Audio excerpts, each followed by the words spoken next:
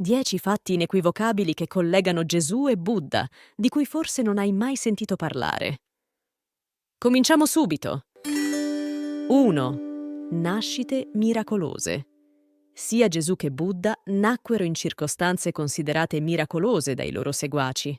Secondo i Vangeli, in particolare quelli di Matteo e Luca, Gesù nacque da Maria Vergine attraverso un concepimento miracoloso per opera dello Spirito Santo.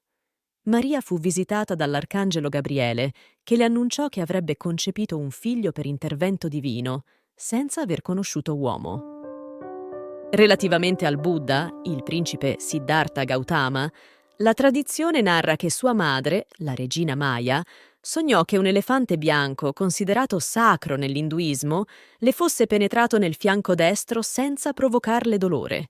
Tale sogno fu interpretato come il segno che avrebbe dato alla luce un essere straordinario. Infatti, si narra che il Buddha nacque dal fianco di sua madre, mentre lei si trovava in un giardino, uscendo in modo indolore e già in grado di camminare e parlare. 2. Le tentazioni.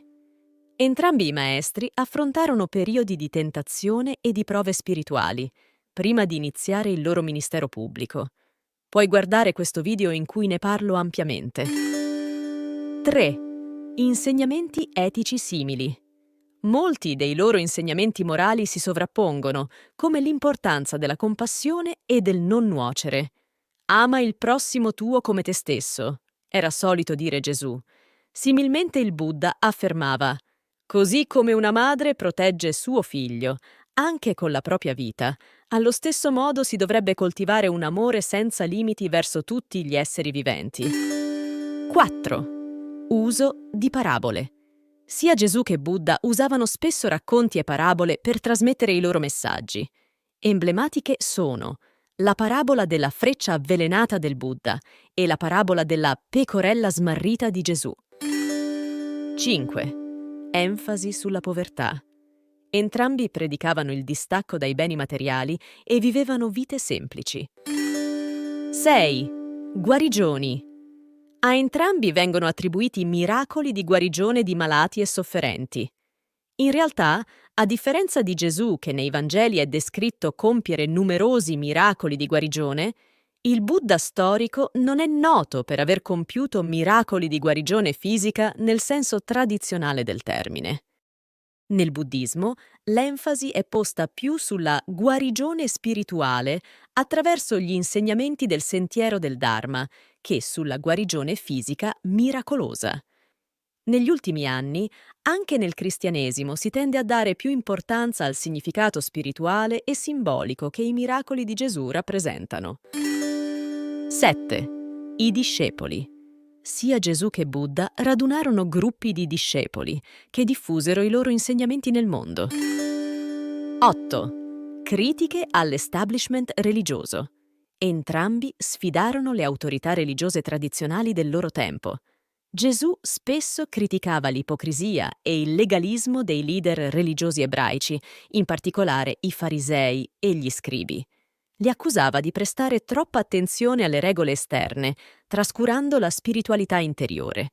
Il Buddha criticava l'eccessiva enfasi sui rituali e sui sacrifici, comuni nella religione vedica dell'epoca, sostenendo che la vera purificazione avviene attraverso azioni e intenzioni etiche.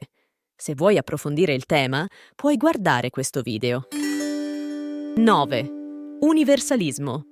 I loro messaggi trascendevano le divisioni di casta, classe ed etnia.